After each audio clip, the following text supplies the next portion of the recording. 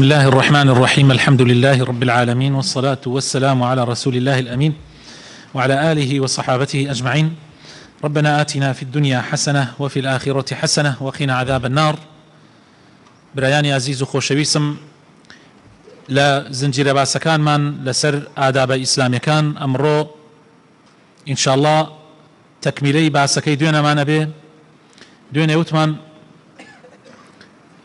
کە باسی ئەدەبی بازارمان کرد،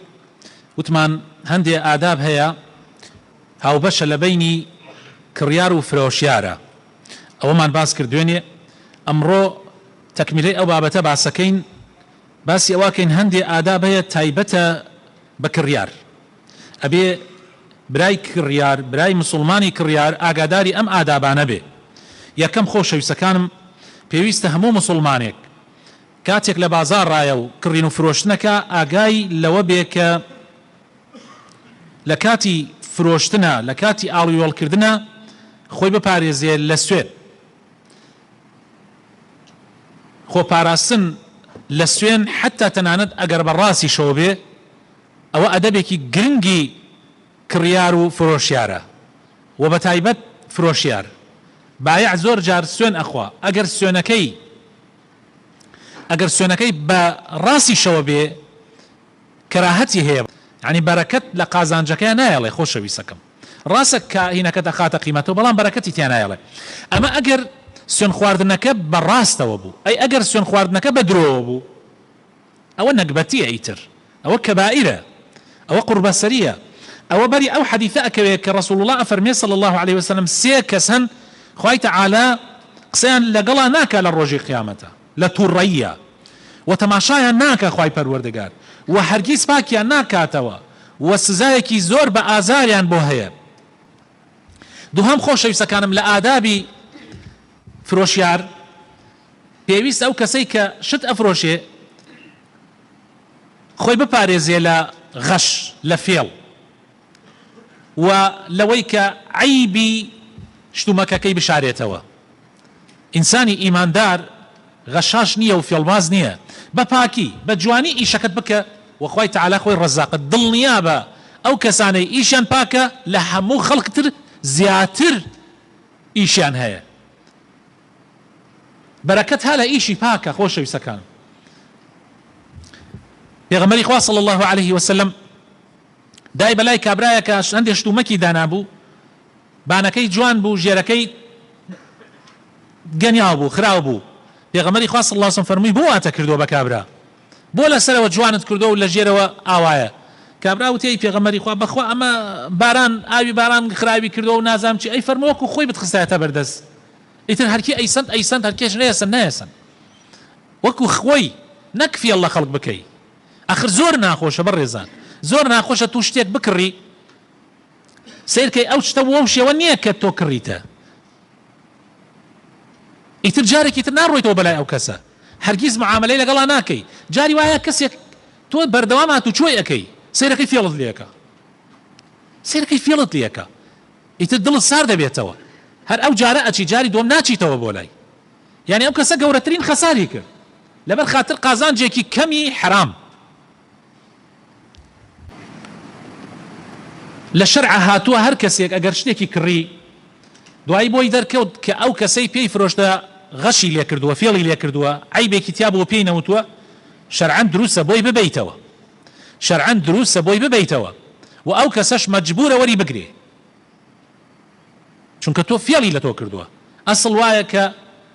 عەیبەکانی بێژێ پێت، بەس ئەو نەیوتووە پێت. ئیتر ئەمەش نەکبەتیە. خۆشەویستەکانم، هەندێک مارکە هەیە لە ناو خەڵکە ناوی دەرکردووە بە چاکی، ئەوتری ئەم مارکەیە یابانیە. کابرایەکە ڕوا لە سین لەگەڵ شەریکەیەکی سینیان ڕێکەکەوێ کە یابانی نییە و شتەکەی مارکە نییە و ئەسڵ نییە، لەگەڵیانە قسەکە ئەڵێ ئەو علامەتەی لێدەن، علامەتی یابانی لێدەن، یا فێڵێک ئەکا بە ئینگلیزی ئەنووسێ ئەمە وەکو یابانی وایە، یعنی تەقلیدی یابانیە. کابرای کوردی خۆمان خوێنەوارێکی باشی نییە، لە 90 خوێنەواریان نیە، هەر نووسراوە جاپان، ئیتر یەکسەر ئەیکرد، نازانێت نووسراوە ئەمە وەکو جاپانی وایە. یا جاری وا هەیە ناشنال هەبوو مارکەیەکی یابانی ئەسڵ بوو دوای ئەوە کە ڕۆیشتن شتێکی تریان وەکو ئەوە دروست کرد حرفەکانی وەکو ئەوە وایە بۆی خەڵکی پێ بخەڵەتێن ئەمە طبعا هەمووی حرامە ئەو کەسانەیش ئەو ئیشە ئەکەن لەناو حرامە ئەژێن لا حول ولا قوة إلا بالله ئەمە نەکبەتێکی یەکێکی تر لەو ئادامانەی کە پێویستە هەموو فرۆشیارێکی مسلمان هەیبێ ئەوەیە ئەبێ ئەگەر ئەو شتانەی کە وەز نەکرێ ئەبێ وەزنەکەەوە جوانی زەبت کات دڵنیا بێ لە 100 کە 1 غرام زیادە ناخوێنێتەوە و ئەگەر بە متریش بێ ئەبێ مترەکەی بە جوانی حساب بکە نەڵێ کورە دا چییە وەدەست وای لێ بکە بڵێ کاکە وەدەست ئینەکەم جاران وا بوو وەدەستیان کرد کورە سانتیمێ زیاد سانتیمێکەم مشکلە نییە غرامێ زیاد غرامێکەم مشکلە نییە والله براینە 1 غرام لە ڕۆژی قیامەت ئەگەر پێی بزانی و فێڵ بکەی لە ڕۆژی قیامەتە 1 غرام بەسە بۆی بدواتە ئاگری جەهەنەمەوە خوای تعالی فەرمێ وەیل للمطففین یەک سورەت لە قورئانە پێ ئەوترێ سورەتی مطففین لەسەر ئەمە دابەزیوە ئەی باشە خوای تعالی نافەرمێ فمن يعمل مثقال ذرة فمن يعمل مثقال ذرة خيرا يره ومن يعمل مثقال ذرة شرا يره خوا مثقال ذرة خوێنێتەوە تۆش حسابی بۆ ناکەی سیرکن بەڕێزان یەکێکی تر لە ئادابی فرۆشیار خۆشەویستەکانم ئەوەیە کە کاتی قازانج خاتە سەرشت قازانجێکی معتەدیل بخاتە سەرشت لە بازار زیاتر نەبێ حتا باش شتەکەی بە یعنی بە هەر نرخێ کڕی بێ خۆی دروستە ئینسان ئەو شتەی کە کڕیەتی ئەگەر خۆی هەرزان کڕی بێتی عینەن بە سعری بازار بیفرۆشێتەوە گوناحبار نابێ بەڵام باش وایە قازانجێکی ئەوەندە نەخەیتە سەری کەوا زۆر لە خۆی زیاتر بێ و ئەبێ ئاگات لە احتیکار بێ ئاگات لە احتیکار بێ احتیکار ئەوەیە کە شتومەکە زۆر گرنگەکانی ناو بازار بیشاریتەوە کە بەس لای تۆ دەسەکەوێت لە بازار نامێنێت تۆ ئەیشاریتەوە حتا سعرەکەی بەرزە بێتەوە ئەمجا لە کتوب ڕایخیتە بازار ئەو شتە شتومەکە زۆر گرانانە یعنی زۆر بە نرخانە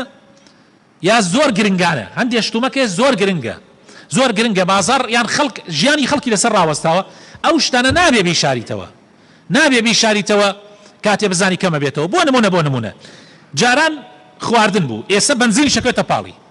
بۆ نمونە کابرایەک لە بنزینخانە بنزینی هەیە ئەزانی ئەوەتر بنزین لەو کاتە قلەتە بێ ئەمیشینەکەی خۆی شارەتێژەن نییە ئەڕۆی ئەڵێ بنزین نییە حتا سعرەکەی بەرزە بێتەوە کە سعرەکەی بەرز بوویەوە ئەمجا ئەیفرۆشێ ئەوە بەری ئەوە ئەکەوێ بەزەبت ئەوە احتیکاری پێ ئەوترێ ئەوە نەکبەتیە بەڕاستی خۆشەویستەکانم یەکێکی تر لە ئادابەکان کە پێویستە پارێزگاری لەسەر بکرێت لەلایەنی فرۆشیارانەوە معاملە نەکردن بە شتی حرام هەنێ شتێ لە ئیسلامە حرامە عەرق گۆشتی بەراز ئەو شتانە کە حرامە نابێ معاملەی پێوە بکەیت حتا بەرام لەگەڵ کافریشان نابێ هەنێ کەسێ ئەڵێ کاکە گیان خۆ من گۆشتی بەراز ئەیفرۆشمە کافر حتا بیشی فرۆشتە کافر حرامە یەکێکی تر لەو ئەدەبانەی کە پێویستە لە فرۆشیاری مسلمانە هەبێ ئەوەیە کە ئەگەر زانیت برایەکە شتێکی فرۆشت عەقدەکە کۆتایی پێ هات نابێت تۆ بڕۆی پەشیمانی کەیتەوە یعنی ئەوەی کە سندوێتی پەشیمانی کەیتەوە بۆ نمونە دوکان هەن بەیەکەوە کابرایە کاتە لای ئەو شتێکی کڕی بە سعرێ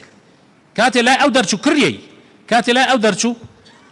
ئەڵێ وەرە بە چەندێک کڕی دەڵێ بە ئەوەنە ئەڵێ ئەگەر باتایتە لای من بە ئەوەنە کەمترم داپێت لا حول ولا قوة إلا بالله ئەمە نەکبەتیە کە لە بازار ڕاهەیە بەڕاستی نابێ ئینسانی مسلمان وا بکە ئەمە دڵی خەڵک سار دەکەیتەوە هەندێک ئەدەبیشمانەیە خۆشەویستەکان بۆ کەسانەی کە شت ئەکڕن پێویستە ئاگایان لێبێ هەر شتێک زانیت ئیسرافە مەیکڕە با ماڵەکە لە ماڵیشەوە زەختیان خستوێتە سەرت خۆ ڕێزمەیە بۆ خوشکان کە گویان لەو تارەکە ئێمە خۆشن قەت تێر ناخوا بەخوا وای پێات بوو تاقم قەنەفە هێشتان کەس لە بانیدا نەنوشت بوو ئەبێ بگۆڕایە ساڵانە ئەبێ بگۆڕایە پەردەکان ئەو پەردانە هیچ عیبێکی نییە ساڵانە ئەبێ بیگۆڕی ئەوە نە بە قسەی ژن مەکەن لەو مەوزوعانە یعنی بەڕاستی ئەبێ ئینسان شتێک زانیە ئیسرافە حتا بە هەتیش بێ حتا بەخۆ پێتیشی دابێ معنای ئەوە نییە کە هەتا ئیتر بە کەیفی خۆت ئیسراف بکەی ئەمە خراپە بەڕاستی خوای تەعالا کەسی مسرفی خۆش ناوێ ئەدەبێکی تر خۆشەویستەکانم هەوڵمەدە بازار بکەیتە شوێنی گەشت و گوزار یا بکەیتە شوێنی ئیسراحەت هەنێ کەسێ هەر بێتاقەت بێڕوان ناو بازار فڕێ لێداوە ئەزانێ ئەو شوێنە شوێنی ئیسراحەتە پێغەمبەری خوا فەرمێ صلی الله عليه وسلم خۆشەویستترین شوێن لای خوا مزگەوتەکانە و بغزاویترین شوێن لای خوای تەعالا بازاڕەکانە. یعنی بازار ئەگەر زەرور نەبێ مەچۆ بازار، چونکە ئەچیتە بازار ئیلا شتێک کە احتیاجی نیت ئەیکڕی، ئەوە تاقیکەنەوە، گشتان تاقیکەنەوە. ئیسا بەیانی تۆ هیچ ئیشێکت نییە، بڕۆ بازار یەک فەڕێکت دا لێ هاتیتەوە سەیرەکەی سوبحان الله بڕێشتت کڕیە کە تۆ لە بەرنامەتان نەبووە. ئەمجا کاتی ئەچن بۆ بازار، ئەمە نەسیحەتی برایانە لە من وەریگرن، کاتی ئەچنە بازار خۆشەویستەکانم دائیمەن ئەوەنە پارە لەگەڵ خۆتا بۆ بەشی ئەو شتەی کە ئەتەوێ بیکڕی. بۆ نمونە تۆ قائیمەیەکت پێیە، دەشتت پێیە، ئەم دەشتە حسابی کە 150,000ەکە یان 100,000ەکە، یعنی کاتی ئەیکڕی تۆ 105,000ت پێ دێ، 110,000ت پێ بێ، بەخوا 200ت پێ بێ سەیرەکەی کاتێکە زانی ئاگات نەخۆتنی هەر 200ەکەی سەرف کردووە. ئەمە نەکبەتیە کە گشتمان تووشی بووینە، حتا بۆتانیش ئەکرێ، حتا بۆتان ئەکرێ کاتی ئەگەر شتێکی دیاریکراوت پێویست بوو لە دوکانێکی بچووک بیکڕی باشترە تا بچیتە مارکێت، چونکە چیتە مارکێت 50 شتر بینی بۆ خۆ دڵتەچێتە سەر شتێکی تر، دوای دێتەوە ماڵ سەرەکەیش پێویستت پێ نییە، پارەیە زیادە ڕۆی بتەوە. شتی خەڵک بێقیمەت مەکە، کاتێ تۆ ئەچیتە بازار شتە کڕی، شتی خەڵک بێقیمەت مەکە. کابرا شتێکی جوانی داناوە وای لێکێک ئەوە نییە، بەخوا مەسەلا ئەم ئەڵێ بە 7,000 ئەمە بەچەندێ بە 7,000 لەولاوە پێنج هەیە، لەولاوە پێنج درۆی شەکەی براکەم. دوایش ئەڕاتە ئەم نایداپی طبعا ئەڵێ نایدەم پێ، ئەڕاتە ئەو لاو دێتەوە بۆ لای خەینار حەزم کرد بێمە لای تۆ، تۆی سەوت و پێنج هەیە بۆ ناڕێ بیکڕی، بۆ شت خەڵک بێقیمەتەکەی، تۆ مسڵمانی. من ناڵێ معاملە مەکەن، چونکە ئەمڕۆ فرۆشیاری فێڵبازی شێ، بەس معاملەکە مەیهێنە سەر ئێسقان، دا ئەو خەڵکەی شاوەڕانی دوو فلسە بۆ مناڵەکانی بیباتەوە، تۆش یەک جارەتی دائێ بەزێنتە سەر بێتامی مەکە، بێتامی مەکە. ئێمە لەولاوە لۆمەی فرۆشیارمان کرد، ئێستا ئەمجا ئەبێ لۆمەی ئەو کەسەشی بکەن کە ڕۆژ نەکڕێ، نابێت، ئەبێ ئینسان هەردوو لا متەساهیل بن، هەردوو لا ئاسان کار بن.